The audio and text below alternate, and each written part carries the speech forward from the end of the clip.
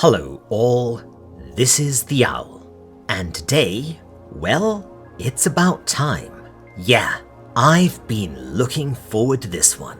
If you've been on this channel, and especially if you're a patron or on the Discord, you might have heard me mention a manga called The Rusted Scissors. Generally in the context of you going, what the hell is The Rusted Scissors? Well, it might not be the objective best manga of all time, ahem higurashi, but it's one of my absolute favorites. So, why haven't I covered it yet? Well, there are a few reasons. See, Kazuo Umezu is definitely one of the greats of the horror manga industry, and yet he's kind of obscure these days. He's also a character, considering himself an overgrown kid and having an instinctive dislike of adults in general. Yes, this might sound like someone who should be kept away from children in general, and yes, I'm at least, well, partially kidding. Don't read Baptism. As an author, he's somewhere between an evil Willy Wonka and maybe Graham Masterton or early Dean Koontz. Someone else I heard recently described him as R.L. Stine if R.L. Stine genuinely wanted to scare the hell out of people. His stories involve a lot of death and violence, run on cocaine logic, and are full of Deus Ex Machina moments. And yet, I kind of love him. The same way that I enjoy stuff like EC Comics. Yes, again, I'm old. So, what's the issue? Well, the problem is, aside from his magnum opus, The Drifting Classroom, which yes, I have covered on this channel before, he's really bloody hard to track down. And as far as I know, none of his works have been translated and are really hard to find official releases of, as they are both old and a bit touchy. You know, for content reasons. Seriously, lots of kids either getting killed or doing bad things. So, this is one of the occasions where I will have to rely on a fanlation, and that's always a risk these days. So, if this video vanishes, you all know what happened, and patrons will be able to find it on BitChute. The second reason is that The Rusted Scissors is part of an anthology series consisting of stories of middling to low quality. And the third is that it's, well, really frigging gory, and has a surprising bit of nudity too, in a, shall I say, made in abyss way. Much like Shigurui, I can't even show you half of this thing without YouTube calling down an orbital strike. Regardless, it's about time we covered it, so let's do our best. Because, wow, there's a lot to say here.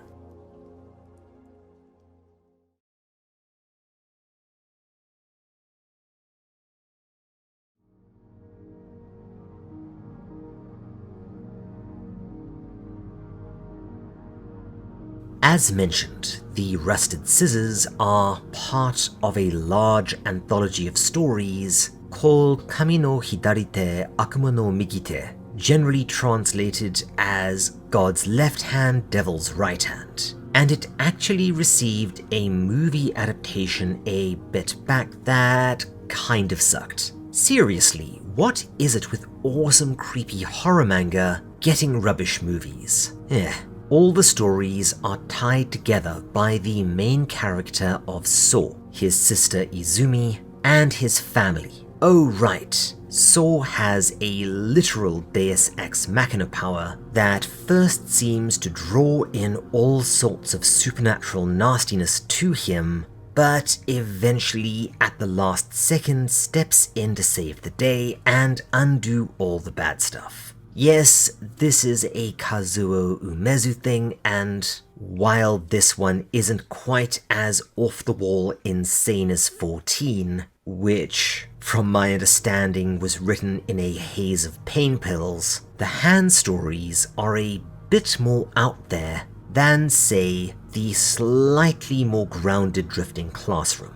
Again, most of the stories range from okay to meh, and so what we'll do is look at this thing slightly out of order.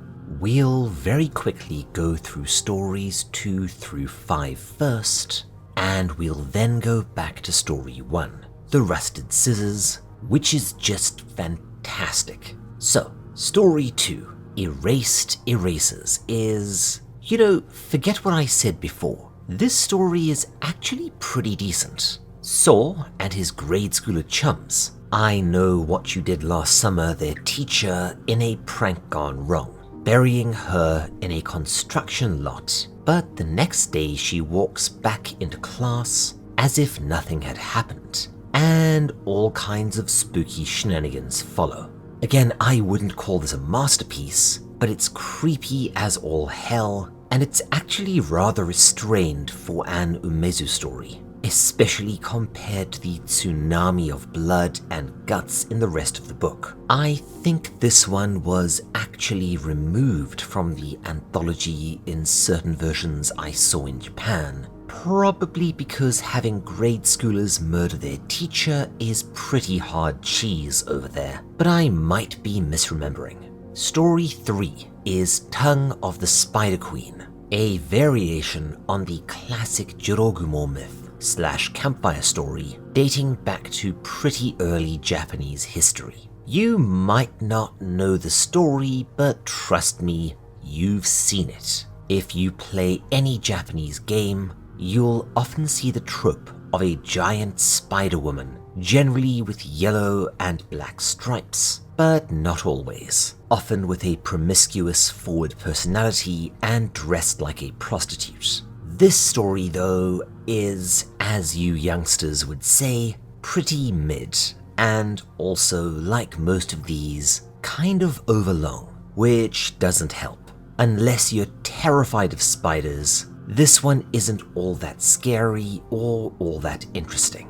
Story 4, The Black Picture Book, is sort of a riff on dark fairy tales, and is just, once again, pretty meh. It's also just really gross and squicky, so moving on. Seriously, this one is just mean. The final story, number 5, is called Sorrow of the Departed, and while it might be the most gory story here, seriously, I can't even show you the entire title page. It's just limbs and guts everywhere, and some of the things that happen later made me do a double take, and that takes some doing, including one sequence that has to be seen to be believed. You'll know it when you get there, and I'm not sure I can even describe it on YouTube. The story, however, kind of sucks. A demonic spirit that might be the ghost of an old lady haunts a young girl and causes all sorts of death and destruction around her as it tries to make her famous. It's probably also fairly blunt social commentary about the Japanese idol industry, but it's really slow-paced and goes on forever. I will admit though that it has some pretty cool imagery and kind of explains what the hell Saw's abilities are and where they come from at the end of the manga. So yeah, aside from story 1, you've got 1 decent story and 3 that I'm not a fan of. Plenty of gore if that's what you're looking for, including 1 or 2 kills that are almost worth the price of admission alone for how creatively horrific they are. But aside from that, I didn't get too much from these stories. However, again, story 1 is where you'll get your value here. Just, well, let me show you.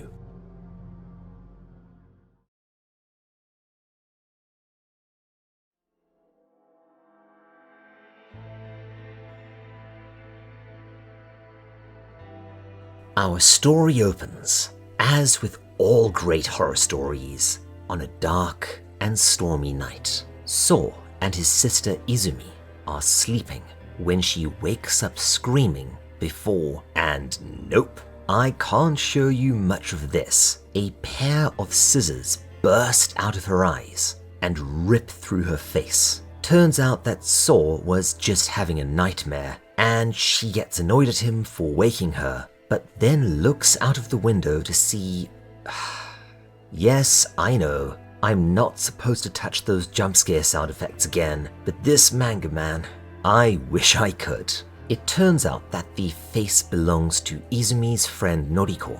I think the translation here is fine, but occasionally a bit wanky. People's names seem to change, and she tells them that there's been a flash flood, and that their teacher is dead after his house got caught up in it. Noriko and Izumi's other friends have decided to go and see for themselves. So, as kids are wont to do, maybe, they all head out into the rain and mud, with Saw following them.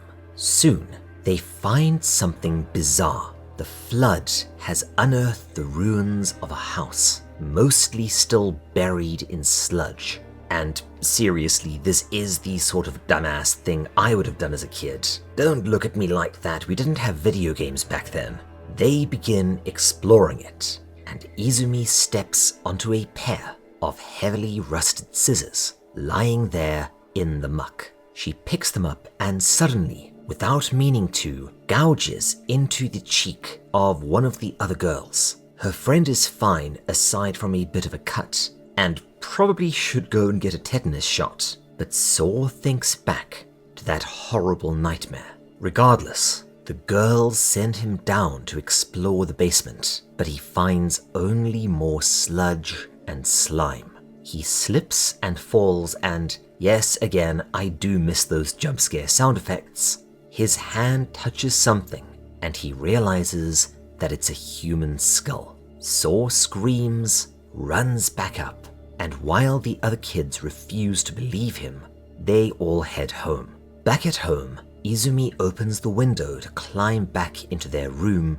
for yet another jump scare panel. The family cat Twinkle hisses and scratches at her, and yeah, this opening does sort of show both the things I love and the handful of things I dislike about Umezu's work. His dark, scary, and nasty stuff is well done, and his atmosphere in the story is nearly perfect, but it does occasionally lose a bit of impact due to a lack of contrast. See, the reason that stuff like Made in Abyss and Higurashi hit so hard is that they give you a good amount of levity too. So, when the horror comes, it's jarring. Plus, you really do care about those characters and what happens to them because you've seen them happy and having fun. Umezu doesn't work like that. Instead, it's horror, horror, horror all the way through. He seems to want to recreate those awful, treacly nightmares that you had as a kid, and also show you stuff that will make your eyes bleed. What do I mean by that? Well, you'll see. Oh boy, you'll see.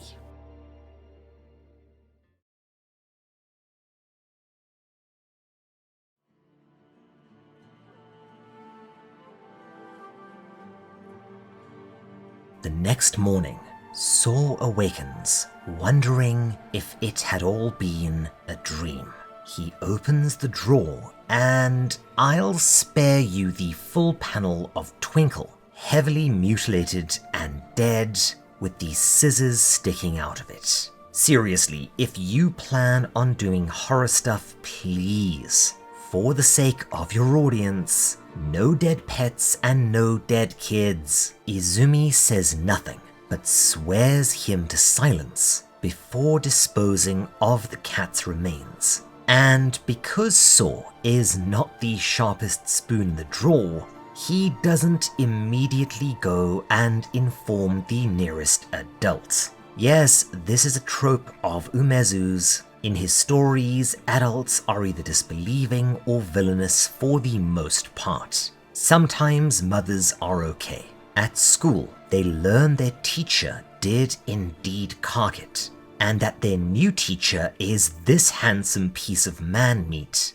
Kazuya-sensei. That night, So has another nightmare, this time of the new teacher. He sees him living with his mother in Hokkaido, and she warns him not to accept this job, because if he does and returns to Tokyo, something utterly awful will happen. He says that it'll be fine, but when he turns around, yeah, no idea, but that is creepy as all hell. A decomposing corpse, maybe? And yes, this manga is about to go off the deep end, so brace yourself, because like a lot of Umezu's stuff, once the crazy train starts, it doesn't stop. Sure enough, he arrives at school and does his self-introduction for the class, and is promptly presented with a bouquet of flowers. But suddenly, the scissors, assumably placed there by Izumi for whatever reason, fall out, and Kazuya-sensei begins screaming, revealing 2 concealed scars at either side of his mouth. Yeah, looks like someone gave him a Glasgow smile, and this might be a reference to Kuchisake Onna, or the slit-mouthed woman, a very popular, very creepy and very enduring campfire story from Japan. And this leads us right into, honestly, my favorite sequence of the manga, and one of my favorites in any horror manga ever. Yeah, if I ever finish that novel of mine, there is an overt and direct reference to this bit in there. And I'll warn you right now, if you're eating while watching this, maybe stop, or at least finish, because this next bit is all sorts of nasty. Suddenly, Izumi begins to scream, and mud jets out of her mouth in an enormous torrent.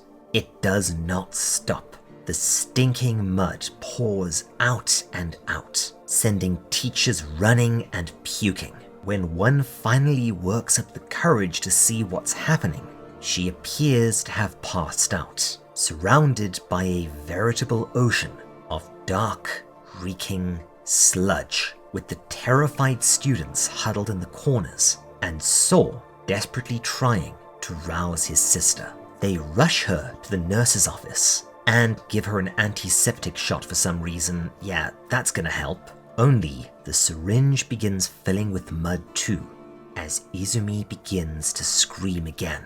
And oh yeah, now we get to the good stuff. Her mouth stretches wide, and something that looks like a white bubble begins to emerge. And holy crap, that's a skull, which slowly but surely bursts its way out as the entire nurse's office begins to crack and crumble. She does eventually pass the entire skull. No, I can't show you much of this sequence. Just in time for an ambulance to show up and rush her to hospital. Only nope, it gets worse. She starts barfing up the arm of a skeleton next. We get to see the final result later, when Izumi's obnoxious jump-scaring friend Noriko comes to see her and pulls back a sheet revealing that, yikes, she's puked up 7 small skeletons.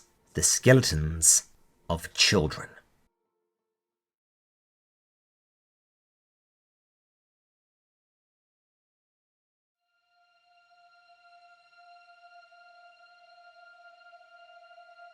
Suddenly, the entire hospital begins cracking and gushing blood.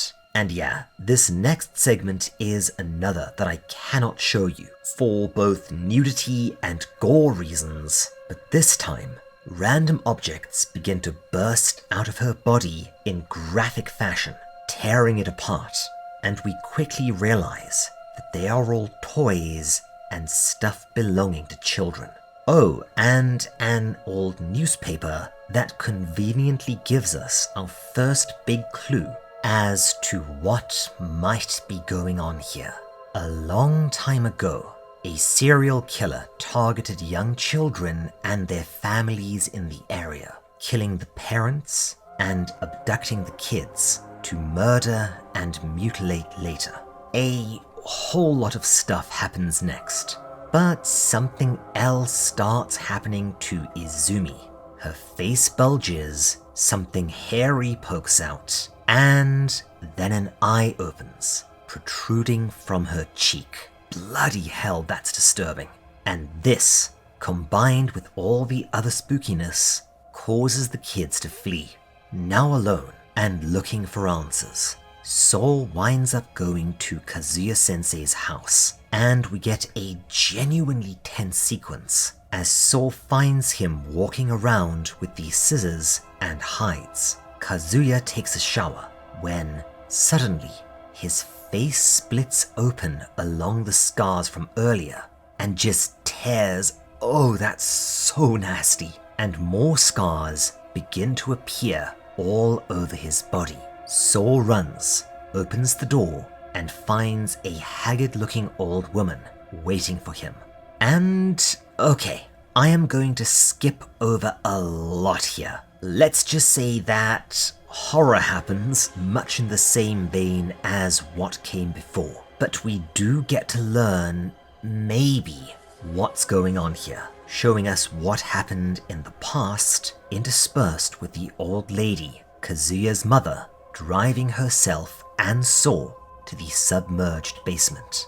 When Kazuya was a kid, he went out one night and was followed home by a crazy woman who tied up his family, I think killed his father, slashed his mouth open, and then abducted him. The crazy lady took him home to meet her son, Masumi, who Kazuya described as an alien baby. So, okay kid, that's a little mean. I know that she's nuttier than squirrel crap, but her son's just a little deformed. What's wrong with holy crap, what is that thing? Yeah. So this woman has been mutilating and killing kids as a sort of karmic retribution for her own offspring being this. Meanwhile, Saw and the mother head down into the basement, and this is where the manga honestly becomes a little incoherent and hard to follow. I will say though that it's marvelously gory, which means, once again, there's a lot I cannot show you here, but let's say Kazuya got cut up. He did manage to escape eventually, but was badly injured and mutilated, and required extensive plastic surgery, after which he and his mother moved to Hokkaido. At this point, Kazuya's mother flees and leaves Saw with Masumi and the psycho, now resurrected somehow, and the entire basement begins turning into meat. And as he tries to escape, he realizes that this is all somehow happening inside his sister. In another bit I cannot show you, the crazy lady literally bursts out of his sister's back and eventually finds Kazuya killing his mother. However, Saw's powers emerge and save the day. A demonic arm reduces the crazy lady and her son to bones and dust, and with a glowing arm, heals everyone before passing out. And we see the next day that everything has been put right again. Yeah, Umezu logic, but it's still one hell of a story. I genuinely love this one. It doesn't really make much sense, but he seems to be going for more of a nightmare feel than anything super coherent. And thus I don't mind, because sometimes atmosphere is enough, and the atmosphere here is nearly perfect. It's gory, it's scary, it's incredibly creative, and the Rusted Scissors is probably worth tracking down this anthology for alone. So, that was God's left hand, Devil's right hand. Sadly, I don't think there are any official releases in the wild, due to both the content here as well as its age, and relative obscurity, I guess, it's not likely we'll ever get one. Still, especially if you're in the mood for something really dark and nasty, this is well worth your time if you can find it. Before we finish for the day, I want to give a huge thanks, as always, to my fantastic patrons: Jake Reagan, Piece of Yeast, Elspresso, Cheerful Satanist, Starwin Marwin, Question Man 6, Kel Core, Jacob Ramsey, Crazy, Opinion Custard, Wargle, Inukie Koji, Rose Montgomery, Lance Goebel, Paul Norberger, Rafferty, Erin Arnold, The Hedgehog Gamer, Simone, XTC Pill, B Empress, Jake, Ranger Danger, and Cheshire Quill. If you want to see more like this, why not stick around? Subscribe, bell, all that good YouTube stuff. You know the drill. If you want to hear me say your name, get early access to most of my videos, have some fun perks on the Discord, and, you know, help Mrs. Owl and I out or buy Baby Owl a present, and ensure that I can keep on doing what I do, why not take a look at our Patreon? If you want to chit-chat about, well, basically anything, drop by our Twitch. We stream on Sunday mornings and afternoons, or our Discord, where the community is just, oh man, so wholesome. Take care, my friends, and cheers. This is The Owl, signing off.